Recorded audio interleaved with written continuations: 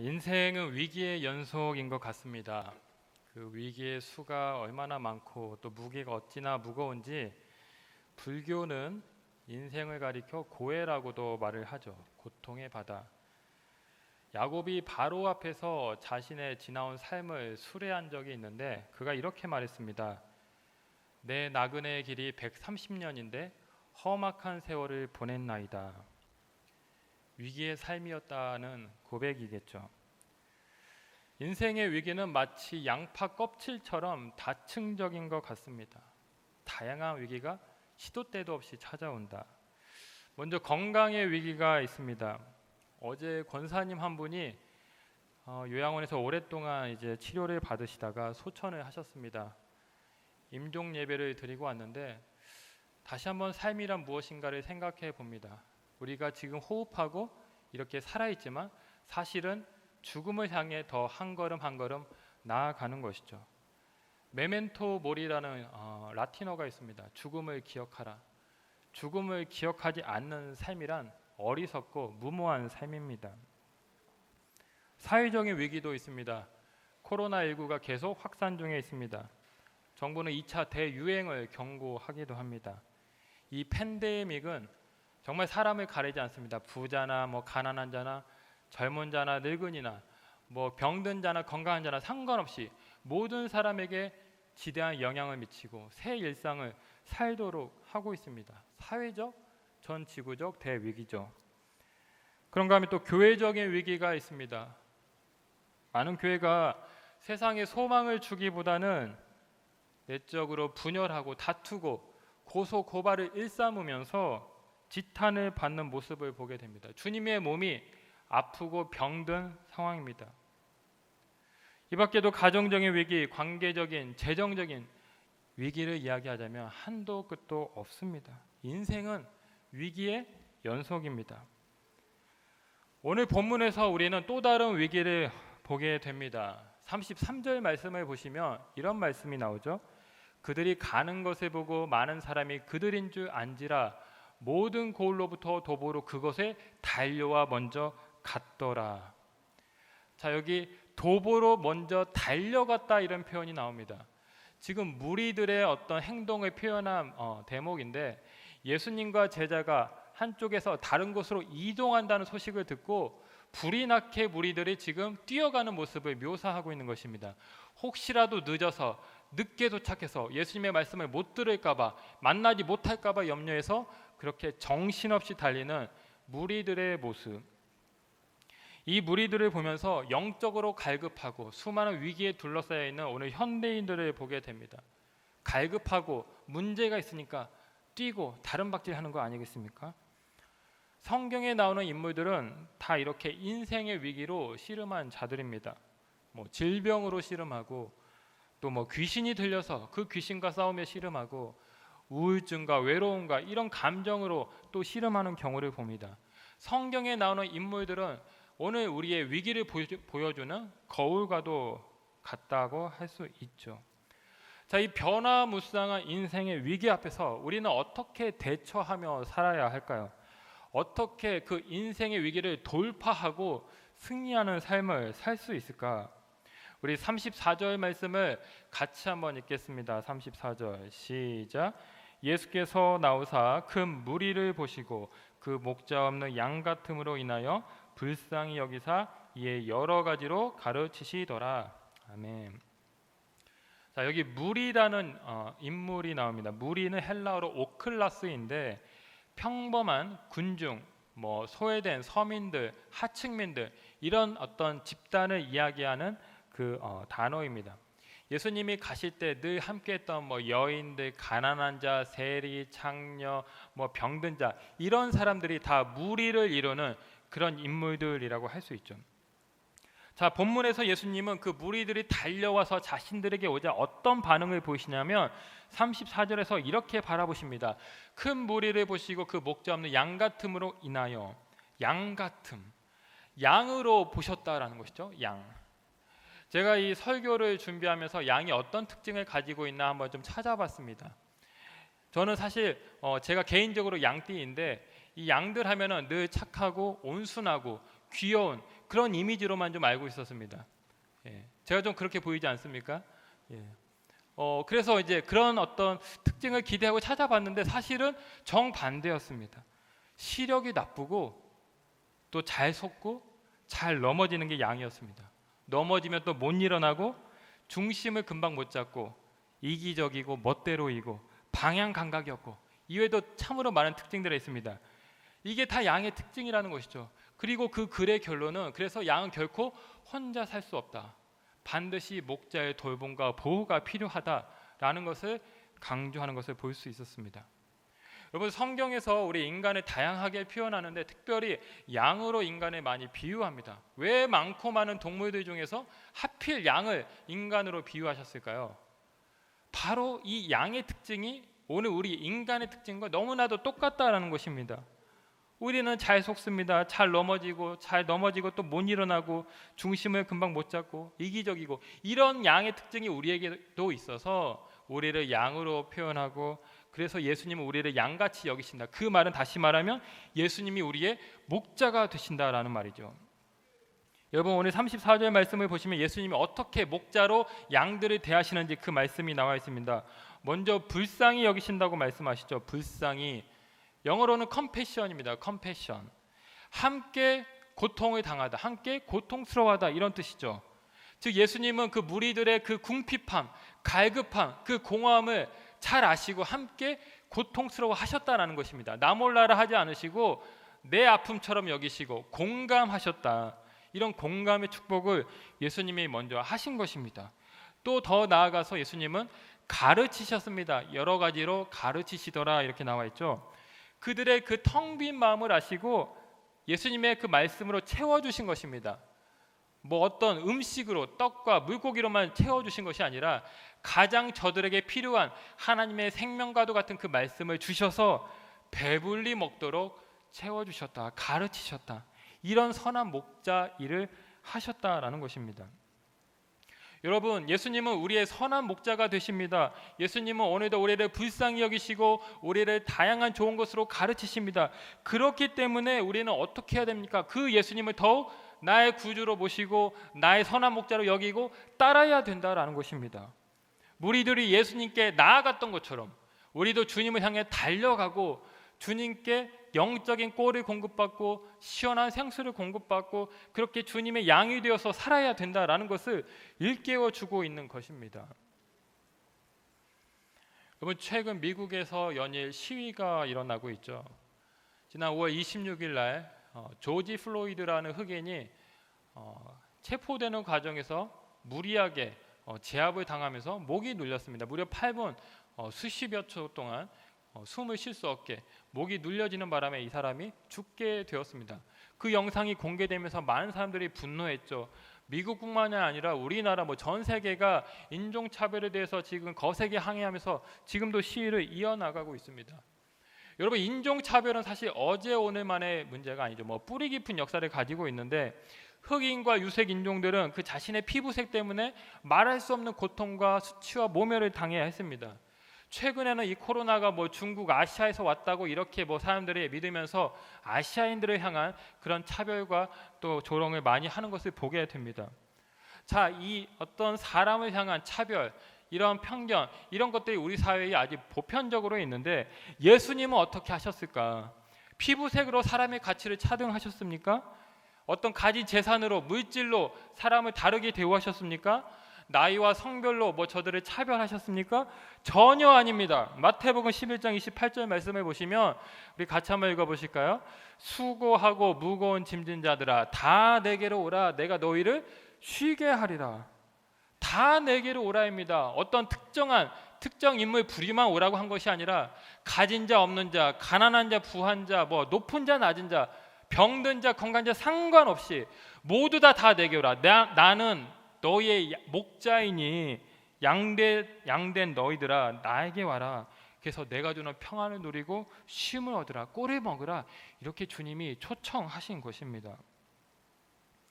여러분, 우리가 기억해야 될 두 가지 명령이 있습니다. 성경에 나오는 두 가지 명령이 무엇이냐면 가라와 오라입니다. 가라와 오라. 가라는 무엇일까요? 복음을 들고 가라. 주님의 말씀을 전하라, 주님을 증거하라. 지상태의 명령이죠.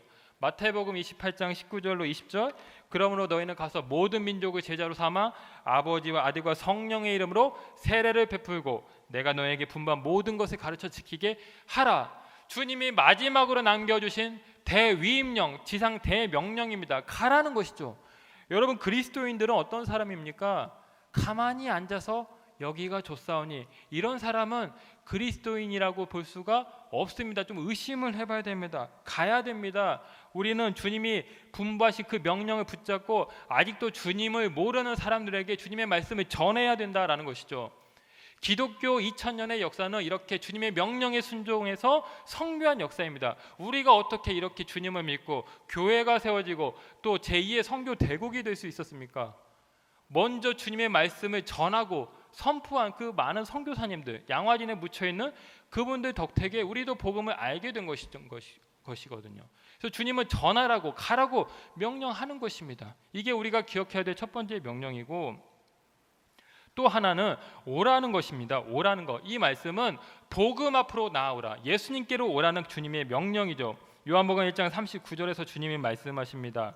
예수께서 이르시되 와서 보라. 그러므로 그들이 가서 계신 데를 보고 그날 함께 거하니 때가 10시쯤 되었더라.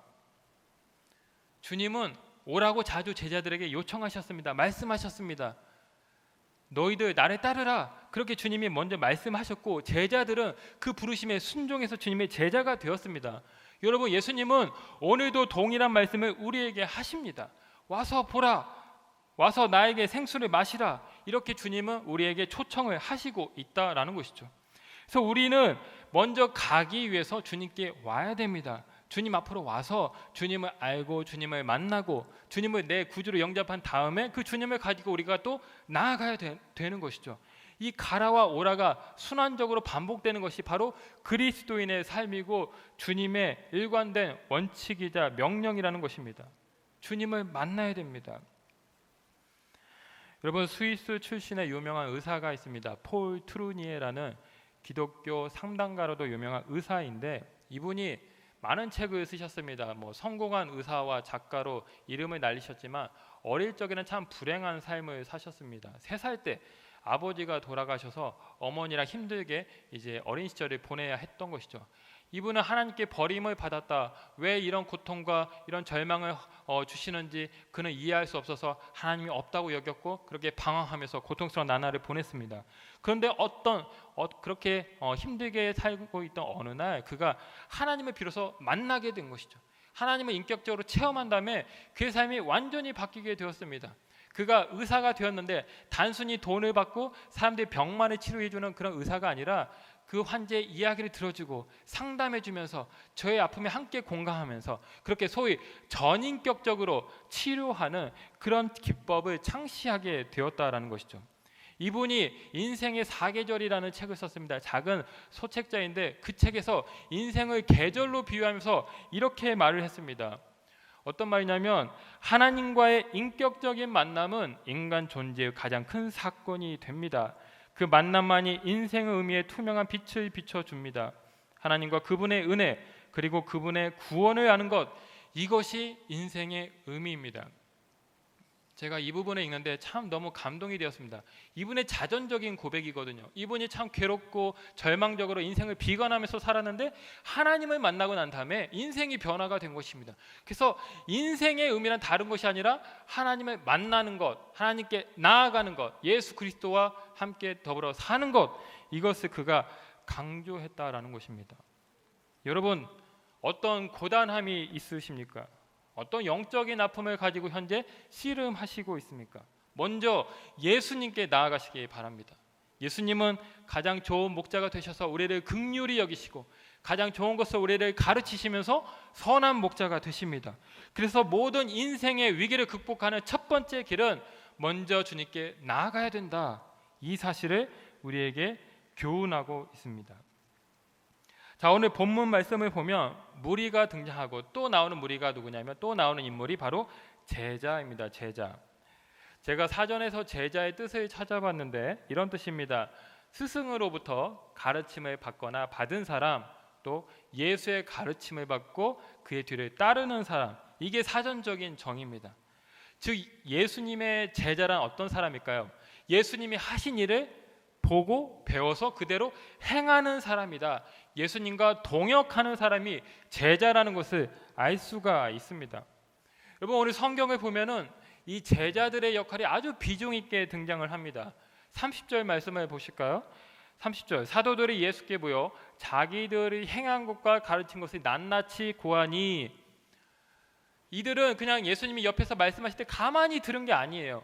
아, 참 주님 또 좋은 말씀을 하신다, 이렇게 고개만 끄덕거리면서 가만히 있었던 게 아니라 그것을 듣고 자신들도 또 다른 무리들에게 가서 가르쳤다라는 것입니다. 사역을 했다라는 것이죠. 동역했습니다. 자, 또 날이 저물게 되죠. 그래서 이들이 또 사역을 하는데 제가 보니까 세 가지 사역을 했습니다. 첫 번째는 보고를 했습니다. 리포트. 어떤 보고를 했냐면, 백성들이 주님 점점 어두워지면서 굶주리게 되었으니까 저들이 좀 나가서 뭐 좀 먹게 하십시오, 이런 이제 말을 먼저 하게 되죠. 그래서 그 군중들의 상황을 살피면서 그 상황을 염려하고 주님께 알리는 보고를 먼저 합니다. 또 두 번째는 조사를 합니다. 조사. 예수님이 그러면 너희가 먹을 것을 주라, 이렇게 말씀하시자 주님, 우리가 어떤 돈이 있어서 무슨 200데나리온이나 있어서 이렇게 먹일 수가 있겠습니까? 안 됩니다 하니까, 그러면 어떻게 합니까? 무엇이나 찾아보라 해가지고 물고기 5개와 떡 2개를 찾게 되는 것이거든요. 소위 시장 조사를 했습니다. 그래서 예수님께 바친 것이죠. 마지막 세 번째는 조직입니다. 조직. 예수님이 자, 그럼 이제 때로 100명씩 50명씩 이렇게 앉히라. 그래서 예수님이 이제 그 마지막 대기적을 이제 일으키시려고 하는데, 그 일을 할 수 있도록 주님, 이 제자들이 그런 적절한 분산 조직의 역할을 감당했다. 결국 이 5,000명 이상의 많은 사람들이 먹고 12강주리가 남는 이 대기적의 이면에는 누가 있었냐면 제자들의 헌신이 있었다라는 것입니다. 예수님 곁에서 예수님께 발이 되고 손이 되고 수종을 든 그 제자들이 있었기 때문에 아무런 무질서나 혼란함이 없이 은혜 가운데 이 기적이 일어날 수 있었다. 사랑하는 성도 여러분, 우리가 주님을 만나서 인생의 위기를 극복했습니다. 인생의 의미를 새롭게 발견했습니다. 이제 그렇다고 한다면 우리가 무엇을 해야 되겠습니까? 더 충만한 인생, 더 풍요로운 인생을 살기 위해서 하나님이 기대하시는 것은 무엇이겠습니까? 제자의 삶입니다. 주님과 동역해야 된다는 것이죠. 더 이상 무리가 되어서 주님 뒤만 따라다니고 주님만 만나려고 하는 것이 아니라 이제 주님이 분부하시고 주님이 원하시는 그 일들을 감당할 수 있어야 된다. 그게 더 의미가 깊어지고 인생을 풍요롭게 하는 삶의 태도이다. 여러분, 에베소서 4장 11절 12절 말씀을 같이 한번 읽어보시겠습니다. 시작. 그가 어떤 사람은 사도로, 어떤 사람은 선지자로, 어떤 사람은 복음 전하는 자, 어떤 사람은 목사와 교사로 삼으셨으니 이는 성도를 온전하게 하여 봉사의 일을 하게 하며 그리스도의 몸을 세우려 하심이라. 아멘. 너무나 유명한 말씀이죠. 어떤 은사와 사명에 관해서 잘 우리에게 설명하고 있는 구절인데, 여기 보시면 왜 하나님이 우리에게 사명을 선물로 주셨습니까? 왜 교사, 사도, 전도사, 목사 이렇게 부르셨을까요? 여기에는 또 나와 있지 않지만 고린도전서 12장을 보면 더 많은 은사가 소개되고 있습니다. 지혜와 지식과 병고침과 방언과 예언과 수많은 은사들을 열거하고 있어요.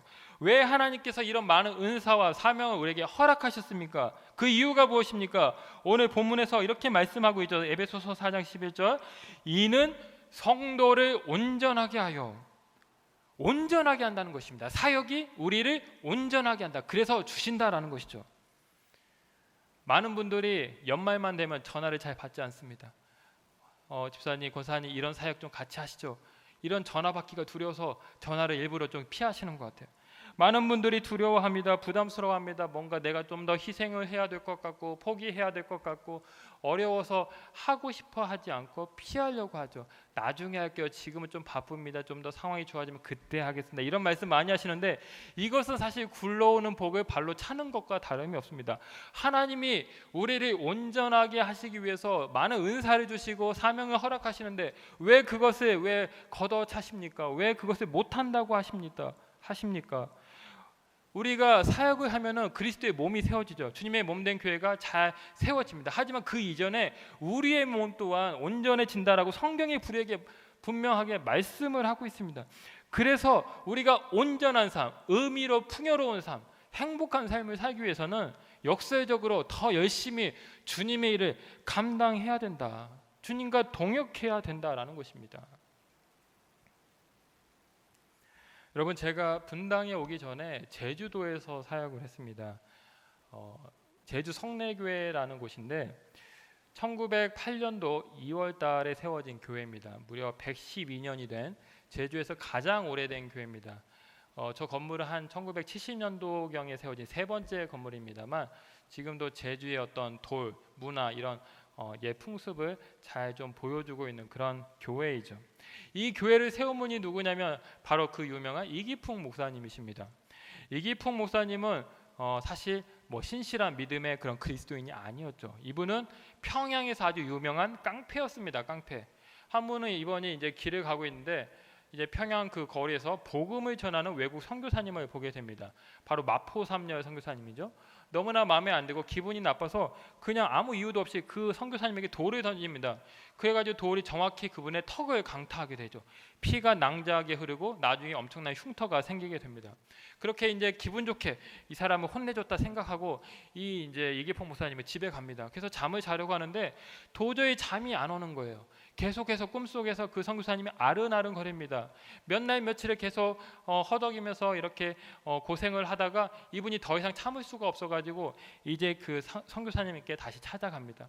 무릎을 꿇고 선교사님 제가 잘못했습니다. 용서해 주세요. 이렇게 사죄했을 때 그 선교사님이 용서하면서 예수 그리스도 복음을 제시하죠. 그래서 이분이 나중에 평양신학교에 입학을 하게 됩니다. 자, 평양신학교에서 공부하고 마침내 졸업을 하게 되었습니다. 일의 졸업생으로 7명의 목사님이 배출되었는데 그 중에 한 분이 이기풍 목사님이고 또 길순진 목사님이 있죠. 자, 그 졸업식을 거행하고 있는데 한 통의 편지가 도착을 합니다. 딱 보니까 제주도에서 목사님 한 분을 보내달라는 그런 청원의 편지였습니다. 사회자 목사님이 여러분, 자, 이런 편지가 도착했습니다. 누가 가시겠습니까? 이렇게 말했을 때 쥐죽은 듯이 조용합니다. 아무도 손을 들지 않습니다. 왜냐하면 이 제주도는 너무나 험난한 곳이거든요. 지금은 비행기 타고 1시간이면 가지만 그때 당시에는 먼 섬나라처럼 여겨지던 곳이었습니다. 수위를 배 타고 힘들게 가야지만 도착할 수 있는, 잘못했다가는 풍랑이라도 맞기라도 하면 죽을 수도 있는 그런 정말 유배지와도 같은 곳이었는데 그래서 아무도 손을 안 들었던 것이죠. 하지만 잠시 후에 이기풍 목사님이 손을 듭니다. 내가 하나님께 빚진 자이고 하나님이 나를 깡패에서 이제 목사로 이렇게 구원해 주셨는데 내가 가겠습니다 해가지고 가신 것입니다. 우여곡절 끝에 제주도에 도착했습니다. 그런데 역시나 선교는 쉽지 않았습니다. 일단 말이 통하지 않습니다. 저도 제주도에 처음 갔을 때 정말 말이 잘 이해가 되지 않아서 참 힘들었던 기억이 납니다. 말이 통하지 않고 또 1만 8천 우상을 섬기는 그런 섬입니다. 그러다 보니까 사람들이 핍박합니다. 사람들이 무시하고 박해합니다. 하루는 또 전도를 하고 있는데 똑같이 돌이 자기 턱에 날라와서 자기 턱을 강타하고야 맙니다. 피를 흘리게 됩니다. 그 순간에 이기풍 목사님이 그대로 꼬꾸라지고 주저앉으면서 이런 기도를 했다고 합니다. 주님, 저의 죄를 용서해 주시옵소서. 제가 여기에서의 사역이 힘들고 제대로 되지 않고 사람들이 인정해 주지 않아서 그냥 육지로 돌아갈까 하는 이런 마음도 내 안에 있었는데 하나님 다시 그 예전의 그 일을 생각나게 하는군요. 이 깡패 같은 나를, 이 죽을 수밖에 없는 나를 하나님 구원하시고 나를 이렇게 하나님의 자녀로 삼아주셨는데 하나님, 내가 그 사실을 잊고 다시 편하게 살려고만 했습니다. 하나님, 내가 회개합니다. 내가 다시 열심히 복음을 전하겠습니다 해가지고 그분이 계속해서 복음의 씨앗을 뿌린 결과 수많은 교회, 성례교회, 대전교회, 모슬포교회, 금성교회 수많은 교회가 세워졌다라는 것입니다. 한 사람이 주님을 만나서 극적으로 변화가 되고 거기에서 머문 것이 아니라 이분이 또 자신의 삶을 내어드리고 헌신할 때 그 섬 자체가 복음의 불모지였고 황무지였던 그 제주도가 그렇게 변화가 될 수 있었다라는 것입니다. 주님과 동역한 놀라운 결과입니다. 여러분, 주님을 위해서 무슨 일을 하고 계십니까? 여러분은 지금 무리로 계십니까? 오클로스 무리입니까? 아니면 제자입니까? 여러분, 제자로 헌신하시기 바랍니다. 그렇다고 신학교를 가야 되고 목사가 되어야 된다는 말이 결코 아닙니다. 여러분들이 있는 자리에서 구두를 닦고 걸레질을 해도 주님을 생각하고 내가 주님을 위해 헌신한다 하고 그렇게 다짐하면 그 자리가 주님이 임재하시는 자리고 주님이 그 일을 기뻐하시는 것이죠. 중요한 것은 일의 내용이 아니라 일의 목적입니다. 내가 무엇을 위해 일을 하는가. 다시 한번 강조합니다. 인생의 의미는 주님 안에 있습니다. 내가 주님을 만날 때 우리 인생이 변화가 되고 내가 주님과 동행할 때 그 인생이 빛이 납니다. 삶의 자리자리에서 주님이 주신 그 고귀한 은사로, 주님이 주신 그 사명으로 모든 주어진 일들 감당하시고 여러분들의 삶이 더욱 충만하고 온전해질 수 있기를 간절히 축복합니다. 자, 우리가 위기 앞에서 주님께 나아가야 된다, 또 주님과 동역해야 된다, 이 말씀을 살펴봤는데, 자, 이제부터가 진짜입니다. 중요한 것은 41절, 이 말씀을 하고 싶어서 오늘 말씀을 준비했는데, 자, 같이 한번 읽겠습니다. 41절 시작. 예수께서 떡 5개와 물고기 2마리를 가지사 하늘에 우러러 축사하시고 떡을 떼어 제자들에게 주며 사람들에게 나누어 주게 하시매. 자, 결론 부분이죠. 예수님이 이제 떡을 가지시고 축사를 하셨는데, 여러분 중요한 거 말씀을 잘 보십시오. 어떻게 축사하셨습니까? 하늘을 우러러 축사하셨습니다. 우리 임내송 고개 들어 주를 맞이해 이 찬양하지 않았습니까? 마치 그것처럼 고개를 들어서 하늘을 향해서 하늘을 바라보며 기도하셨다라는 것입니다. 여기 아주 중요한 의미가 담겨져 있습니다. 여러분, 예수님은 어떤 분이십니까? 우리가 우러러 봐야 돼, 우리가 경배해야 될 대상입니다. 요한복음 6장에 보면 똑같은 오병이어 기적이 나오는데, 그 기적 이후에 예수님이 어떤 가르침을 주시냐면 자신을 가리켜서 내가 생명의 떡이다, 이런 말씀하십니다. 단순히 어떤 육적인 어떤 배부름을 해결해주는 그런 분이 아니라 영적인 갈급함, 영적인 주림도 해결해주는 그런 신성을 지니신 하나님의 아들 그리스도라는 것을 말씀하시고 있는 것입니다. 그것을 사실 가르치기 위해서 오병이어 기적은 일종의 그 어떤 좋은 학습처럼 미리 이제 보여주신 것이죠. 여러분, 빌립보서 2장에 보면은 그 유명한 초대교회 신앙 고백이 나오는데 이런 말씀이죠.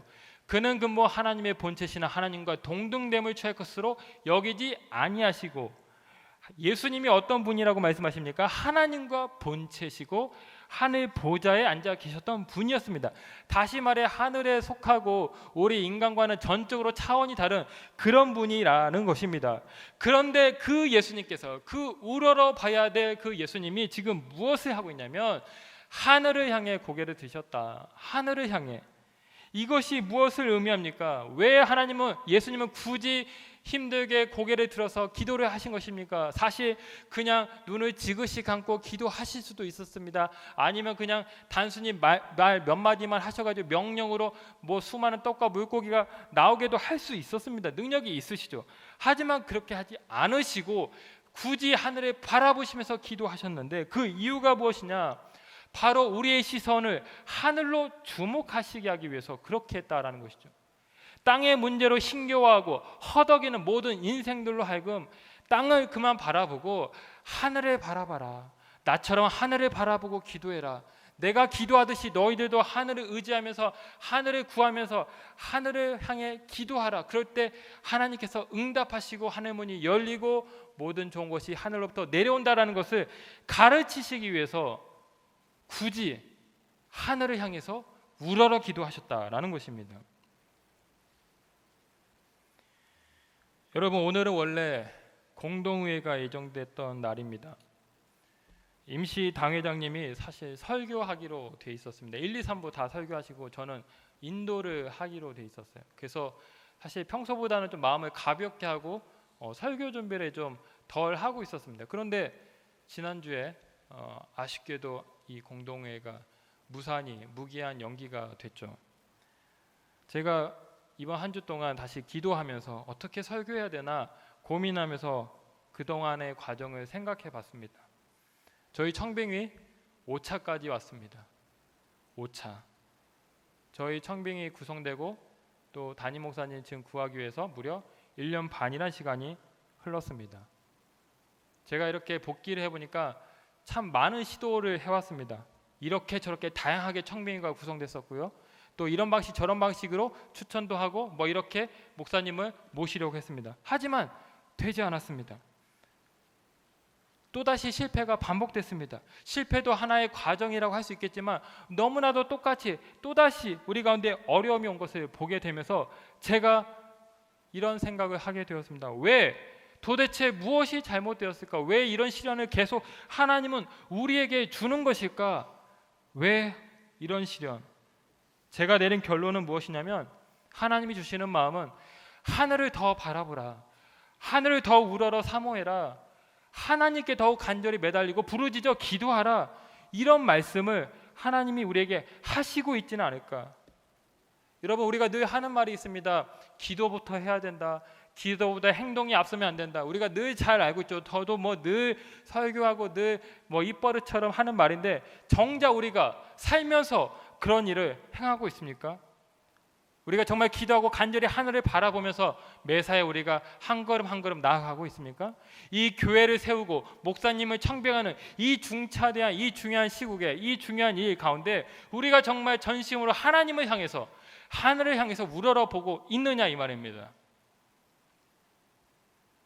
인간적인 회의, 판단, 여러 가지 노력 다 해야죠. 중요합니다. 필요 없다는 것이 결코 아닙니다. 하지만 그게 혹시 메인이 되고 있지는 않는가? 우리가 그거 이상으로 정말 간절하게 하나님이 없으면 안 된다, 우리 모두 하나님을 바라봅시다, 이렇게 마음을 모았냐는 말이죠. 여러분, 헨리 나우엔이라는 영성 신학자가 이런 말을 했습니다. 인간은 땅의 환대와 하늘의 영성으로 살아가는 자들이다. 땅의 환대, 하늘의 영성. 여러분, 우리가 어떻게 이 땅에서 그리스도인으로 살 수 있습니까? 우리가 무슨 의가 있고 우리가 무슨 잘난 점이 있다고 우리가 서로 사랑하고 돌보고 아끼면서 그렇게 주님의 뜻을 준행할 수 있습니까? 우리 힘으로는 불가능합니다. 하늘의 영성이 우리 안에 있어야 됩니다. 하늘의 영성, 하늘의 능력, 하늘의 성령 충만함을 우리가 받고 그 영성으로 이 땅에서 제자로 그리스도인으로 살 수 있다라는 것입니다. 하늘의 영성을 구해야 된다라는 것이죠. 골로새서에 유명한 말씀이 있습니다. 땅의 것을 생각하지 말고 하늘의 것을 생각하라. 하늘에 있는 그 하나님 예수 그리스도를 바라보면서 하늘을 사모하고 생각하라. 기도할 것을 우리에게 요청하고 있는 것입니다. 이 땅에서 승리하면서 살 수 있는 비결은 땅에 살지만 하늘을 바라보며 하늘을 구하며 기도할 때에 그런 놀라운 축복이 저와 여러분에게 있다는 것을 강조하고 있는 것입니다. 여러분, 감사한 것은 그러나 아직 늦지 않았다라는 것이죠. 우리가 지금이라도 하늘을 우러러 보면 됩니다. 하나님은 우리에게 가르쳐 주시고 싶습니다. 우리가 더 깨닫고 더 배우길 원하시는 것 같아요. 그래서 더 빨리 하늘을 바라보라, 하늘을 우러러 보고 기도하라고 말씀하시죠. 우리 안에 다양한 생각들이 있지 않습니까? 인간적인 생각과 인간적인 판단과 또 나의 어떤 은밀한 욕망, 나의 어떤 그런 모든 것들은 다 이 땅에 묻고 이 땅에 버리고 태워버리고 하늘을 바라보면 된다라는 것입니다. 하늘을 바라보고 한 마음과 한 뜻이 되어서 한 입으로 우리가 그렇게 주님을 바라볼 때 하나님 우리 교회 가운데 다시금 역사하실 줄로 믿습니다.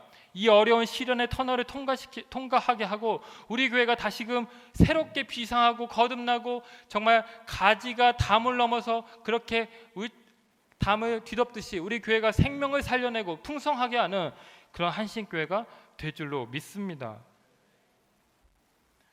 여러분, 말씀을 마무리합니다. 오늘 35절에 보면 제자들이 예수님께 이런 말을 하죠. 이곳은 빈들이요 날도 저물어 가니. 제자들과 또 무리들 그리고 예수님이 계셨던 곳은 빈들입니다. 빈들, 황량하고 쓸쓸하고 황무한 빈들. 이 빈들은 인간의 실존을 그대로 보여주는 무대입니다.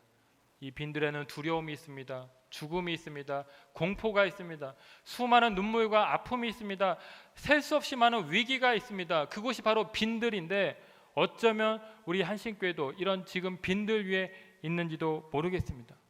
그러나 여러분, 빈들에 주목하지 마시고 그 빈들 한켠에 그 중앙에 계시는 주님을 바라보시기 바랍니다. 수고하고 무거운 짐진 자들아 다 내게로 오라, 내가 너희를 쉬게 하리라. 주님은 우리를 초청하시고 있습니다. 모든 인생의 위기 앞에서 허덕이는 자들아 나에게 오라. 나에게 와서 내가 너희를 긍휼히 여기고 내가 가장 좋은 곳으로 너희를 가르치고 선한 목자가 될 터이니 나에게 오라. 그렇게 말씀하시고 있습니다. 사랑하는 성도 여러분, 인생의 빈들에서 그 초청하시는 주님의 음성을 들으시고 주님께 담대히 기쁨으로 또 뜨겁게 달려나가시길 바랍니다. 주님과 동역하여서 그 여러분이 계신 곳이 빈들이 아니라 하나님이 임재하시는 성소가 되게 하십시오. 또 무엇보다도 하늘을 우러서 예수님처럼 하늘을 우러러 하늘을 바라보며 기도하는 그 갈급하고 절박하고 절대적인 믿음으로 모든 인생의 문제를 넉넉히 이겨내시고 믿음으로 승리하시고 여러분들의 인생이 충만해지는 그런 귀한 축복이 있기를 주님의 이름을 간절히 축원합니다. 기도하겠습니다. 은혜로우신 아버지 하나님, 빈들 한켠에 허허롭고 또 황무하고 쓸쓸한 이곳에 우리가 서 있습니다. 우리가 그 많은 인생의 어려움과 그 많은 위기로 말미암아 그 어려움과 시련으로 말미암아 우리가 낙심하고 우리가 때로 넘어지고 우리 가운데 눈물이 있음을 고백합니다. 그러나 오늘 주님께서 우리에게 다시 한번 도전하시고 말씀하십니다. 내가 있으니 나에게로 오라. 내가 너희를 긍휼히 여긴다. 너희들의 아픔에 공감하고 내가 너희들에게 가장 좋은 것으로 먹이고 가르친다. 선한 목자가 되신다고 말씀하십니다. 그 주님께 나아가는, 그래서 모든 문제가 그 주님으로 말미암아 온전히 해결되고 풀어지는 귀한 역사가 있게 하여 주시옵소서. 더욱 주님이 맡겨주신 그 귀한 사명을 우리 삶 속에서 감당하여 더 이상 무리가 아니라 그저 예수님의 뒤만을 쫓는 무리가 아니라 이제 예수님과 더불어서 담대하게 동역하고 예수님을 기쁘시게 하는 신실한 제자가 되게 하여 주옵소서. 또 더 나아가 주님이 하늘을 우러러 기도하셨던 것처럼 우리도 예수님을 본받아서 모든 인생의 문제를 하나님 앞에 올려드리고 담대하게 기도하여서 하늘의 문이 열리고 하늘의 놀라운 신령한 축복을 마음껏 경험하는 우리 한신교회 우리 모두가 될 수 있도록 인도하여 주시옵소서. 감사드리며 예수님의 이름으로 기도합니다. 아멘.